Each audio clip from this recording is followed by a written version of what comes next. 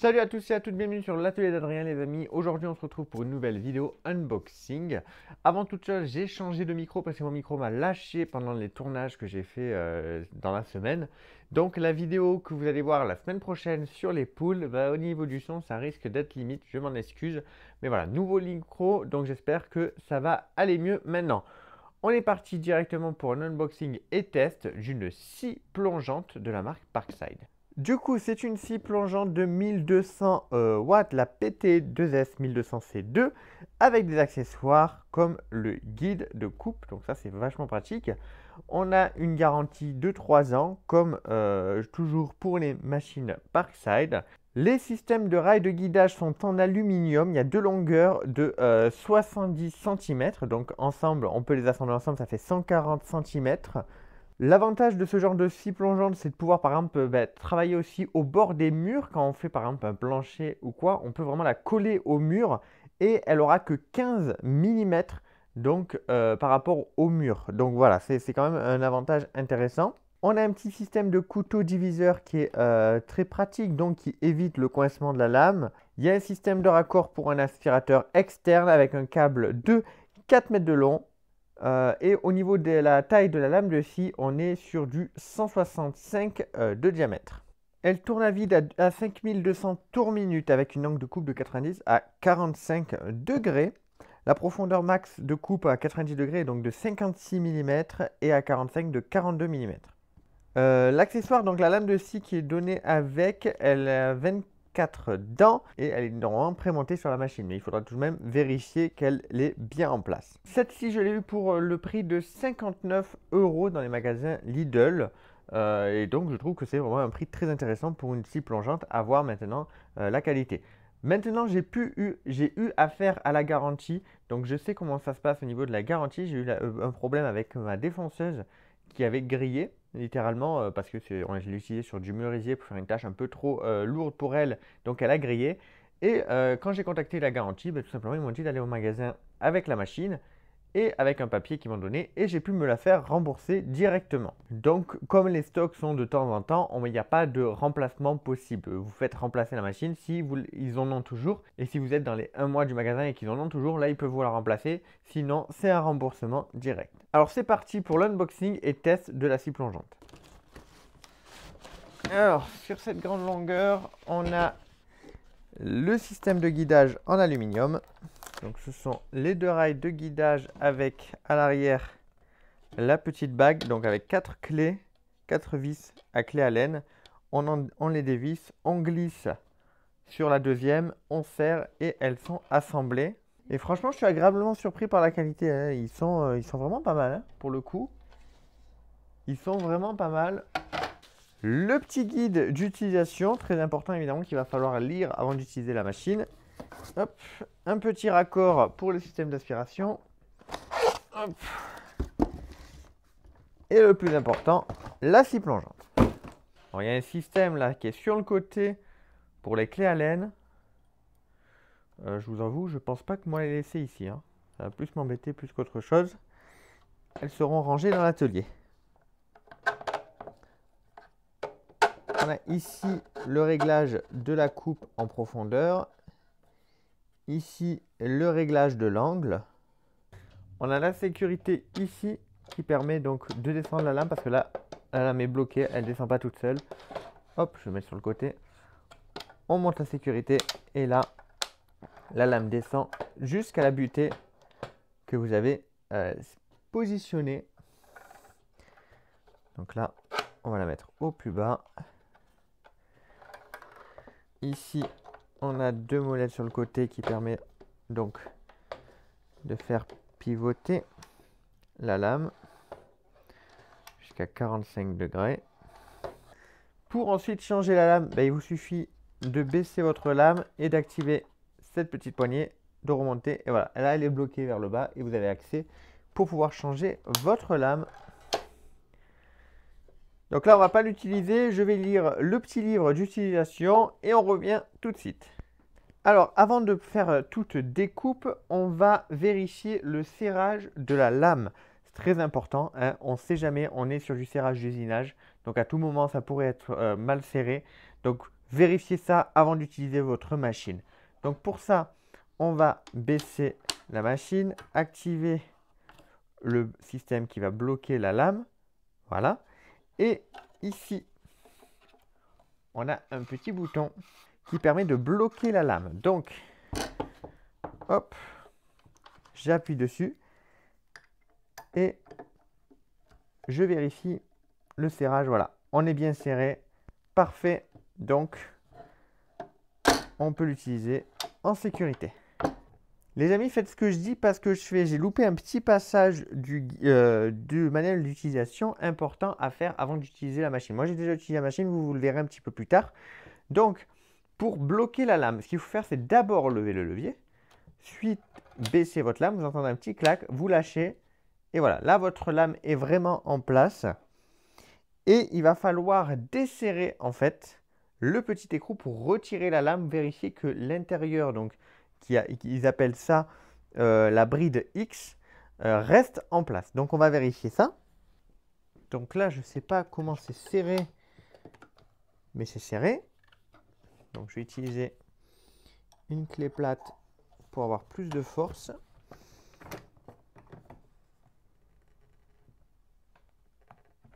Oh, ça y est. Voilà. C'était vraiment très serré, hein. Donc, si c'est votre cas, petite technique de la clé plate, ça aide bien.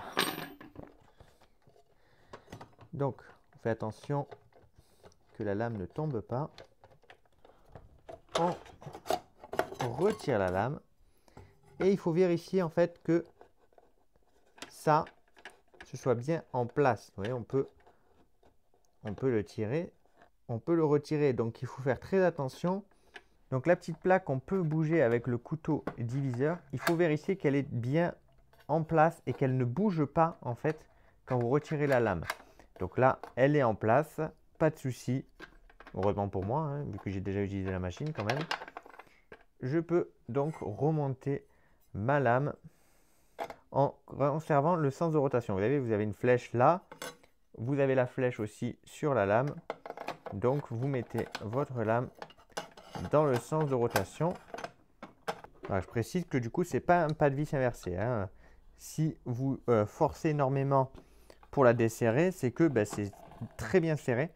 Donc, il faut forcer un peu plus. Commencez pas à forcer dans l'autre sens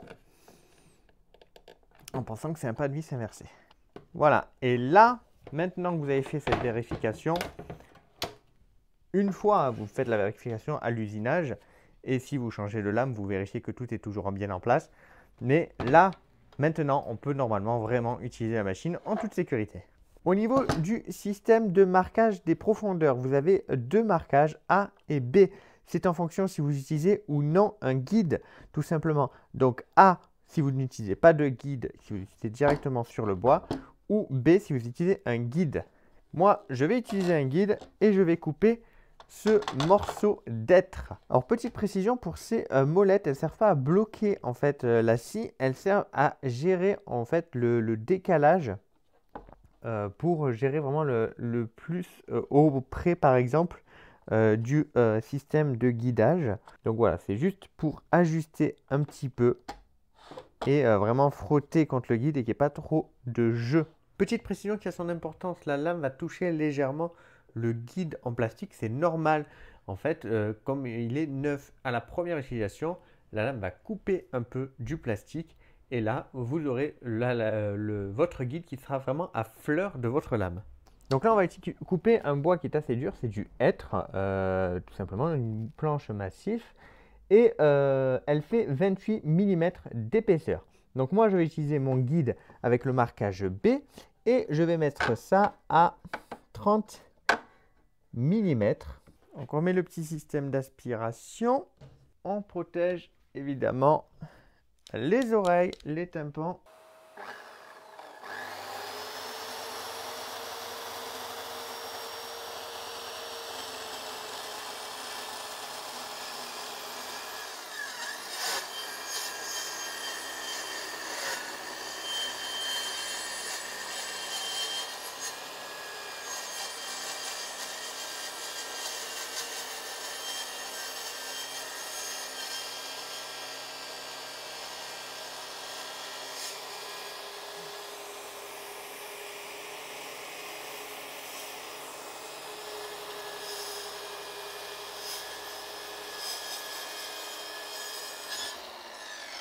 Alors franchement, elle a coupé tranquillement, elle n'a pas forcé pour le coup. La coupe est bien droite et propre. Il y a quelques marques de scie, mais là c'est parce qu'en fait j'ai un petit peu tapé ici avec l'aspirateur, parce que l'aspirateur que j'ai il n'est pas encore spécialisé pour les travaux. Donc vous savez, il y a l'angle coudé. Donc j'ai tapé ici, donc ce qui a donné un petit à-coup en plus au niveau de la scie ici. En tout cas, pour l'instant, je trouve que c'est une réussite. Le système, même si c'est pas un aspirateur spécialisé, le système d'évacuation des copeaux marche plutôt bien. Il y a quand même des copeaux de bois qui volent par-ci par-là. Mais le système en lui-même est assez pratique, hein, vu que toute la lame est à l'intérieur d'un capot. Du coup, je vais faire une coupe sur du contreplaqué. Comme ça, pour vérifier du coup l'angle à 45, ça sera bien mieux. Je vais pas couper beaucoup, je vais juste couper une fine bande. On va essayer de plonger la lame directement parce que des fois on ne peut pas commencer au bord, alors on va plonger la lame et avancer, voir un petit peu ce que ça donne aussi. Donc ça fait 2 tests en un.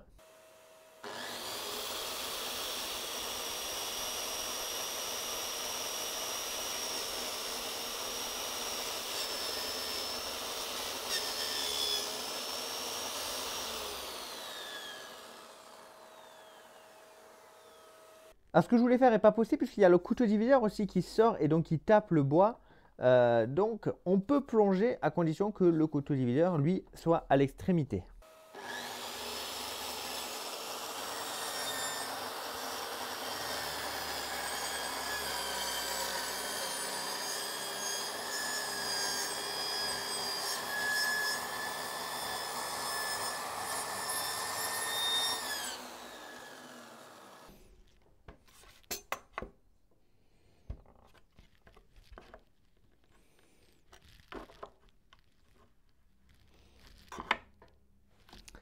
Donc au niveau de la coupe, on est bien sur une coupe à 90 degrés.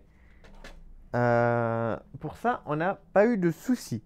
Maintenant, je vais essayer de faire une coupe à 45 degrés, voir ce que ça donne. Je desserre du coup les 2 molettes. Je me mets... Je vérifie là. Pour 90 degrés, on est là. Donc 45 degrés juste avant le trait. Alors, ce que j'ai fait, c'est que j'ai mis une autre petite plaque ici pour plaquer le guide. C'est plus pratique, ça évite que vous ayez à le tenir. Et comme ça, vous pouvez vraiment vous concentrer sur votre coupe en tenant correctement votre scie. Donc, je suis sur un angle à 45 degrés que je vais faire sur toute la longueur.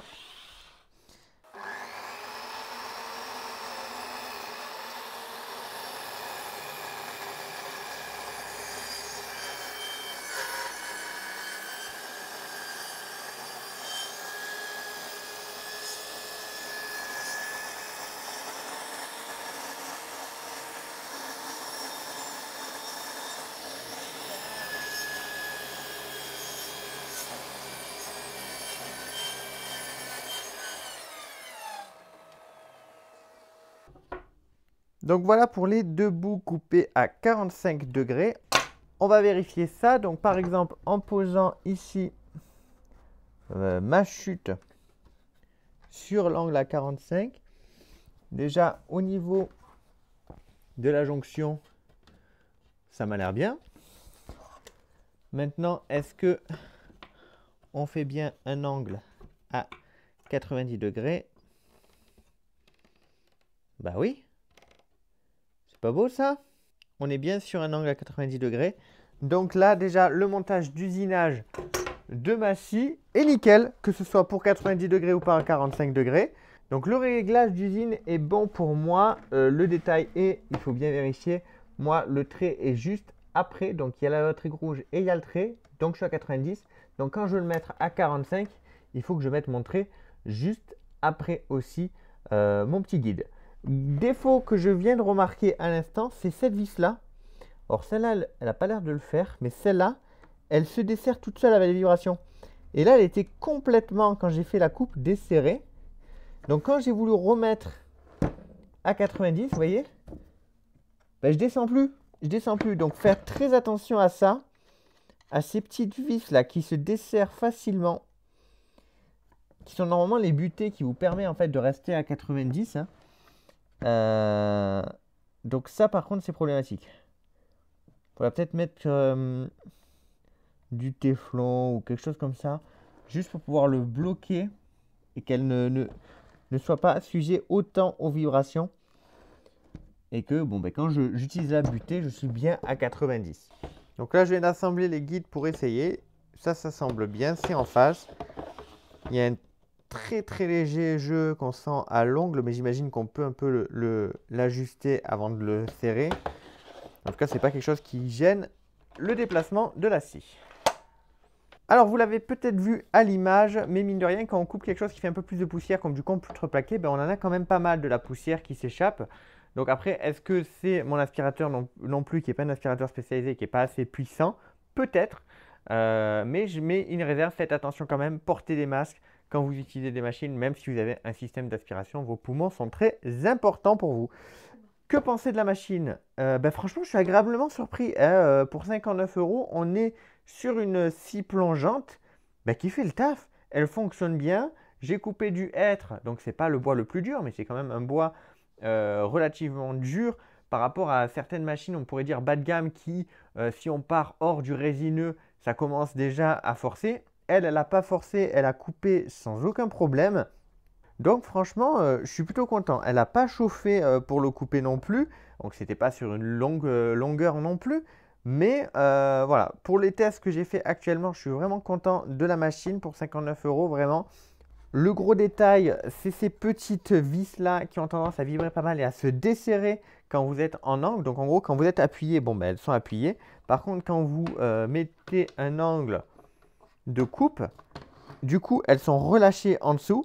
Et avec les vibrations, elles vont se desserrer. Donc, faire attention à ça quand vous voulez retourner sur votre réglage à butée à 90, d'être bien sur 90. L'autre petit point noir, on va dire, c'est ces petites réglettes que je trouve vraiment pas folles. Je pense qu'il faudrait serrer déjà un petit peu cette vis au centre avec une clé Allen qui n'est pas fournie. Donc c'est un intermédiaire entre les petites et les grosses. Je ne sais pas pourquoi ils ont fait ça, mais qui n'est pas fourni. Peut-être qu'en les resserrant un peu, c'est un peu mieux. Mais clairement, pour l'instant, c'est pas fou. Hein. C'est pas fou pour le petit réglage là, qui permet donc d'ajuster vraiment la lame au bord. Je trouve pas ça fou pour le coup. Mais sinon, voilà, on est sur une machine à 59 €, mine de rien, et elle fait le taf, elle fait le taf. Et le guide est bien, le guide est pratique. Il me semble que c'est un guide standard, donc qui va sur la plupart des scies plongeantes. Donc si un jour je change de scie plongeante, normalement le guide, ben, j'aurais pas besoin d'en racheter un. Ou en tout cas, je pourrais en avoir un plus grand si jamais ben, j'achète une machine avec un guide. Normalement, elle devrait être compatible. Donc c'est plutôt cool de ce côté-là. Il y a en dessous du guide, il y a des mousses. Hop. Voilà, vous avez des mousses pour poser sur votre bois à travailler pour ne pas l'abîmer et pour avoir une certaine stabilité. Vous voyez, ça ne bouge pas beaucoup. Ou alors il faut vraiment on va dire faire des deux côtés. Mais au centre, vous voyez, c'est un peu du mal à bouger. Donc même s'il faut quand même le caler pour des raisons de sécurité. Mais franchement, très content de mon achat. Pour le coup, elle va m'être très utile pour faire du débit de planches, etc. Ça évite de passer sur la scie sur table. C'est pas évident quand on a des très grandes planches, qu'on veut prendre des petits morceaux. Ben, passer sur la scie sur table, c'est pas évident. Du coup, les amis, n'hésitez pas à me dire ce que vous avez pensé dans les commentaires. Si vous connaissez cette machine, si vous l'avez déjà utilisée, si vous avez utilisé un autre modèle. Voilà, n'hésitez pas à partager votre expérience, même avec d'autres marques, dans les commentaires pour les gens ben, qui recherchent un petit peu et qui pourraient trouver des solutions. N'hésitez pas, le partage c'est important. Merci à vous d'avoir regardé cette vidéo. N'hésitez pas du coup aussi à la partager autour de vous pour conseiller vos amis. Merci beaucoup aux personnes qui ont soutenu la chaîne sur Tipeee. Vous pouvez le faire avec le lien dans la description. Je vous dis à très vite pour du nouveau contenu. Bye bye tout le monde.